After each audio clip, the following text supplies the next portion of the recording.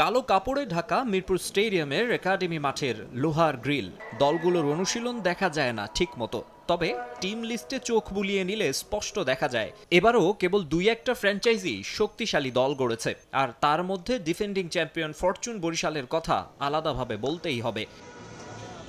তামিম, মুশফিক, মাহমুদুল্লাহ, শান্ত, এবাদত দেশি তারকাদের ছড়াছড়ি। আসরের সবচেয়ে বড় বিদেশি তারকা পাকিস্তানি শাহিন শাহ আফ্রিদি আর ক্যারিবীয় কাইল মেয়ার্সদের নিয়ে বরিশাল দল ভয় ধরাচ্ছে সব প্রতিপক্ষের মনে। প্রথম ম্যাচে নামার আগে অধিনায়কের কণ্ঠে জোর থাকাটাই স্বাভাবিক। Definitely try to defend the title. I hope to start well. Shanto আমার সাথে ওপেন করছে। যখন আমরা লাস্ট ইয়ার চ্যাম্পিয়ন হই, if you compare us to Comilla, if you compare us to Rangpur, probably pen on paper they were a better side, but we became the champion.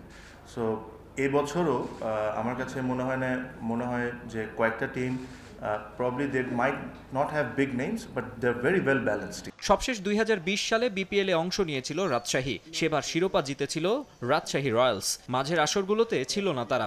এবার তাসকিন, বিজয়, আকবর, জিসানদের নিয়ে দল গড়েছে দুর্বার রাজশাহী নামে। বিদেশিদের তালিকাতেও নেই নাম করা কেউ। পাকিস্তানি ব্যাটার মোহাম্মদ হারিস আর লঙ্কান লাহিরু সামারাকুন, এমন প্লেয়ারদের নিয়েই রাজশাহীর স্কোয়াড। হেড কোচ হিসেবে তারা নিয়েছে ইজাজ আহমেদকে। নিজের দল নিয়ে আশাবাদী পাকিস্তানি গ্রেট।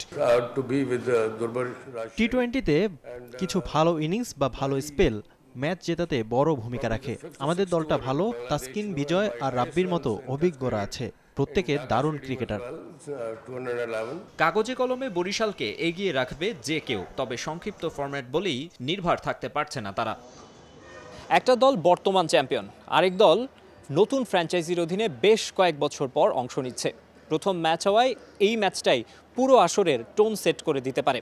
মিরপুর স্টেডিয়ামে হাই স্কোরিং এবং উপভোগ্য এক ম্যাচ উপহার দিতে চায় ফরচুন বরিশাল এবং দুর্বার রাজশাহী।